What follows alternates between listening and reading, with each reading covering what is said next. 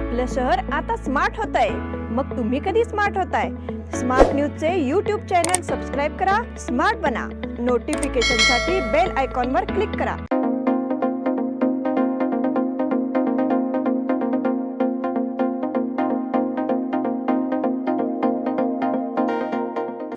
नमस्कार, मी निष्ठा जावळे. स्मार्ट न्यूजच्या आजच्या बुलेटिनमध्ये आपल्या सर्वांचं स्वागत करते. सुरुवातीला एक नजर आजच्या ठळक घडामोडींवर. पंतप्रधान नरेंद्र मोदींच्या विरोधात भाजपचे माजी नेते उभे टाकले. भारत आणि भूतानच्या सहकार्याने भव्य अस्पताल साकारले. केजरीवाल अटकेच्या निषेधार्थ इंडिया आघाडीची एकजूट. शहरात उद्या रंगपंचमीची धूम. कणबर्गी येथे 10वीच्या विद्यार्थ्यांसाठी मोफत रिक्षा सेवा. अनगोळ शिवारात ट्रॅक्टरमधील गवताला आग. नंदगड परिसरात हत्तीची दहशत कायम. 10वी परीक्षेस उद्यापासून प्रारंभ. महाराष्ट्र विज्ञान समितीच्या कार्याध्यक्षपदी रणजित चव्हाण पाटील. बेळगावात वकिलासह दोघे अपघातात ठार.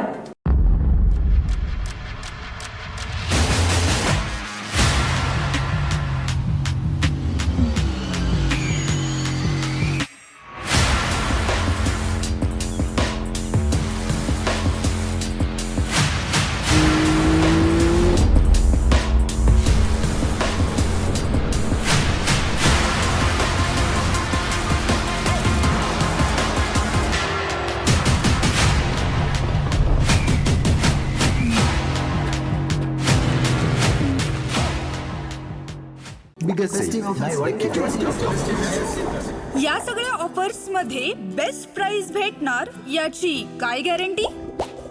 सगळेच गायब. म्हणूनच BSE देते लोवेस्ट प्राइस गॅरंटी. जर तुम्ही आमच्यापेक्षा कमी किमतीत सेम कपडे बाहेर कुठेही खरेदी केलात तर खरेदी केलेल्या किमतीच्या फरकाच्या दुप्पट रक्कम आमच्याकडून मिळवा. BSE द टेक्सटाईल मॉल मधून आताच खरेदी करा तुमची आवडती sari, ladies wear, men's wear, kids wear, तेही सर्वात कमी किमतीत. BSE the textile mall, Tilakwadi, Belagavi. आता सविस्तर बातम्या. पंतप्रधान नरेंद्र मोदी वाराणसी लोकसभा मतदारसंघातून निवडणूक लढवणार आहेत. पंतप्रधान नरेंद्र मोदी यांच्या विरोधात काँग्रेसने अजय राय यांना मैदानात उतरले आहे. शनिवारी रात्री काँग्रेसने प्रसिद्ध केलेल्या यादीमध्ये अजय राय यांच्या नावाची घोषणा उत्तर प्रदेशमधील वाराणसी लोकसभा मतदारसंघासाठी करण्यात आली. त्यामुळे वाराणसी मतदारसंघ पंतप्रधान नरेंद्र मोदी विरोध अजय राय अशी लढत होणार आहे. अजय राय यांच्या वाराणसीमध्ये तळागाळातील जनते प्रयत्न मोठा संपर्क असल्याचे मानले जाते. 2009 साली अजय राय यांनी भाजपला सोडचिठ्ठी दिली. त्यानंतर त्यांनी समाजवादी पार्टी प्रवेश केला होता. त्यानंतर काँग्रेसमध्ये प्रवेश केला. अजय राय यांनी 5 वेळा आमदारकी भूषवली आहे. भारत आणि भूतानच्या सहकार्याने भव्य अस्पताल साकारले. पंतप्रधान नरेंद्र मोदी आणि भूतानचे पंतप्रधान तासेरलिंग तोब्गे यांनी शनिवारी इथे भारतच्या सहाय्याने बांधण्यात आलेल्या आधुनिक रुग्णालयाचे उद्घाटन केले. या रुग्णालयात महिला आणि मुलांसाठी दर्जेदार आरोग्य सुविधा प्रदान केल्या जातील. दोन्ही देशादरम्यान विकास सहकार्याचे झळाळत उदाहरण म्हणून या रुग्णालयाकडे पाहिले जात आहे. हे आधुनिक सेवा आणि सुविधा असलेल्या 150 खाटाचे रुग्णालय भारताच्या मदतीने बांधण्यात आले आहे. पंतप्रधान नरेंद्र मोदी यांनी याविषयी एक्सवर लिहिलेले ही दर्जेदार आरोग्य सेवा पुरवणारे हे रुग्णालय अनेक कुटुंबांसाठी आशेचा किरण म्हणून काम करेल. यामुळे भविष्यातील पिढी निरोगी असेल असा विश्वासही त्यांनी व्यक्त केला.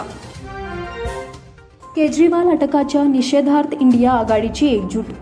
दिल्लीतील मधोरण गैरव्यवहार प्रकरणी दिल्लीचे मुख्यमंत्री अरविंद केजरीवाल यांना अटक झाली आहे. कोर्टाने त्यांना 27 मार्चपर्यंत ED कोठडी सुनावली आहे. या निषेधार्थ इंडिया आघाडीने एकजूट दाखवली असून देशभर निदर्शने केली जात आहेत. तसेच आता 31 मार्च रोजी दिल्लीच्या रामलीला मैदानावर आता महारॅली काढण्यात येणार आहे. इंडिया आघाडीने आज रविवार याबाबत जाहीर घोषणा केली. दिल्लीचे मुख्यमंत्री अरविंद केजरीवाल यांना सक्त वसुली संचालनाने 21 मार्च रोजी दिल्लीतील सिव्हिल लाईन्स भागातील त्यांच्या अधिकृत निवासस्थानकावर झडती घेतल्यानंतर मनी लॉन्ड्री विरोधी कायद्याअंतर्गत अटक केली आहे. त्यानंतर कथित दारू घोटाळ्यातील अनियमिततेतील त्यांच्या भूमिकेबद्दल तपशिलावर आणि सतत चौकशी करण्यासाठी त्यांना 27 मार्चपर्यंत EDच्या कोठडीत पाठवण्यात आले आहे. शहरात उद्या रंगपंचमी धूम. बेळगाव शहरासह परिसरात रंगपंचमी रंगण्याची तयारी झाली आहे. रविवारी होळी व सोमवारी रंगपंचमी साजरी केली जाणार आहे. यामुळे बाजारात विविध आवश्यक साहित्य दाखल झाली असून त्या साहित्यांना मागणीही वाढली आहे. होळीच्या निमित्ताने रविवारी रात्री शहरातील विविध मंदिरात धार्मिक कार्यक्रम पार पडणार आहेत.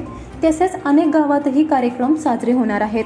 रंगपंचमी दिवशी शहरात विविध कार्यक्रमाचे आयोजन केले जाते. यंदाही तसेच कार्यक्रम होणार आहेत. यांनी तयारीही जोरात सुरू आहे.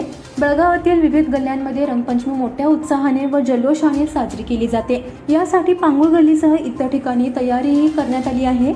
चंदा ग्रामीण भागापूर वडगाव भागातील रंगपंचमी 5 दिवसांऐवजी 6 दिवसांनी म्हणजेच दिनांक 30 रोजी साजरी केली जाणार आहे. कनबर्गी येथे 10वीच्या विद्यार्थ्यांसाठी मोफत रिक्षा सेवा. 10वीची महत्त्वाची परीक्षा सोमवारी सुरू होत आहे. मात्र त्याच दिवशी रंगोत्सव देखील साजरा होत आहे. या पार्श्वभूमीवर सामाजिक कार्यकर्त्यांकडून विविध उपक्रम राबवले जात आहेत. त्याचबरोबर कनबर्गी येथील रिक्षा चालक देखील आपली जबाबदारी म्हणून पुढे सरसावले आहेत.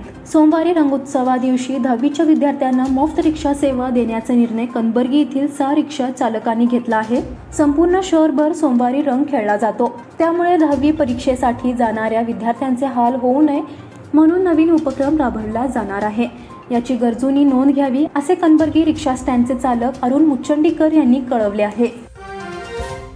अनगोळ शिवारात ट्रॅक्टरमधील गवताला आग. हेस्कॉमच्या हलगर्जीपणाने अनगोळ शिवारात शॉर्ट सर्किटने गवत भरलेल्या ट्रॅक्टरला आग लागली. शेतकऱ्याने गवत भरून ठेवलेल्या ट्रॅक्टरला शॉर्ट सर्किटच्या टिंग्या पडून आग लागली. सदर गवताचा साठ हा दड्डी मोहनगाव येथे पाठवण्यात येणार होता. मात्र जळून खाक झाल्याने शेतकऱ्याला फटका बसला. यामध्ये शेतकऱ्याचे लाखोचे नुकसान झाले. हेस्कॉमच्या हाय टेन्शन वायरखाली असल्याने अशा दुर्घटना शिवारात होत चालल्या आहेत. याकडे हेस्कॉम अधिकाऱ्यांनी त्वरित लक्ष देणे गरजेचे आहे अशी प्रतिक्रिया शेतकरी व्यक्त करीत आहेत. नंदगड परिसरात हत्तीची दहशत कायम. खानापूर तालुक्यातील नंदगड भागातील बेकवाड आणि गंदिकवाड गावात हातीचे आगमन झाले आहे. त्यामुळे नंदगडसह गंदिकवाड आणि बेकवाड परिसरातील नागरिकांत भीतीचे वातावरण निर्माण झाले आहे. गोळी हल्ल्याने नंदगड फॉरेस्ट खात्याचे अधिकारी बेकवाड येथे ठाण मांडून बसले आहेत. त्यांनी हातींवर नियंत्रण ठेवण्यासाठी उपाययोजना सुरू केल्या आहेत. सदर हाती आजूबाजूच्या परिसरातील शेतकऱ्यांचे नुकसान करीत असल्याचे दिसून येत आहे. हत्तीला पाहण्यासाठी संपूर्ण बेकवाड व पंचक्रोशीतील नागरिकांचे गर्दी त्या ठिकाणी झाले आहे. गोळी हल्ली आणि नंदगड येथील फॉरेस्ट खात्याचे अधिकारी व कर्मचारी सदर हत्तींना हुसकावण्यासाठी प्रयत्न करत आहे.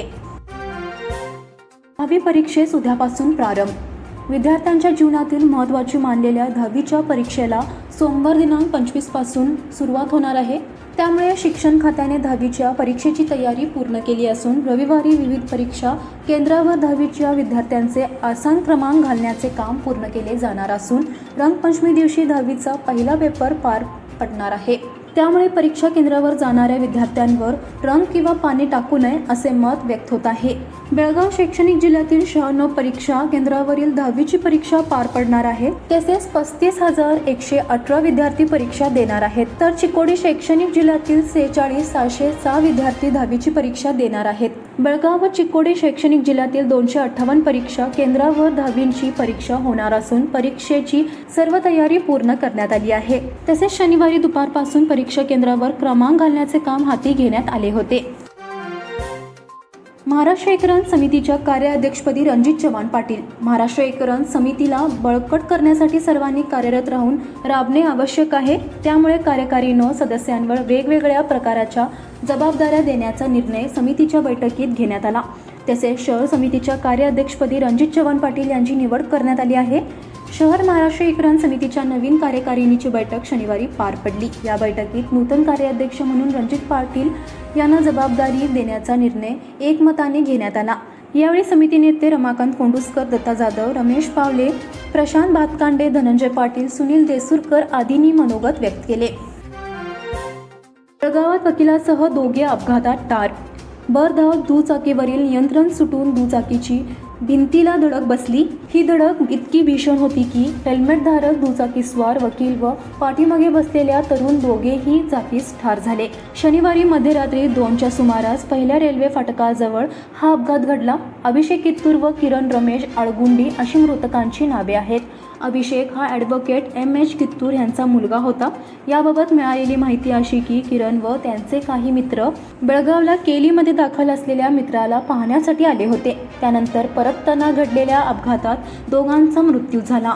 आता वेळ झाली छोट्याशा विश्रांतीची. तुम्ही पाहत राहा स्मार्ट न्यूज.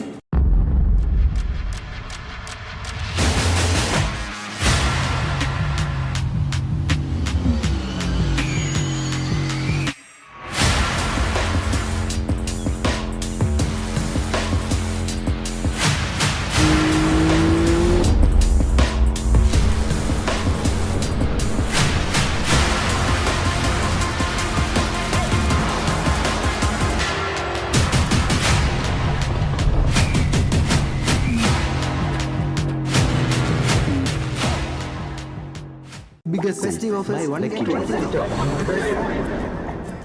इन सभी ऑफर्स में बेस्ट प्राइस मिलेगी, इसकी क्या गारंटी? सब गायब, इसीलिए बीएसई देता है लोएस्ट प्राइस गारंटी। अगर आप हमसे कम दाम में सेम कपड़ा कहीं और से खरीदते हैं तो खरीदी हुई कीमत के फर्क की दुगनी धनराशि हमसे पाइए। बीएसई द टेक्सटाइल मॉल से खरीदिए अपनी पसंदीदा sari, ladies wear, men's wear, kids wear और यहाँ तक की होम फर्निशिंग भी, और वो भी सबसे कम कीमत में। BSC the textile mall, Tilakwadi, Belagavi.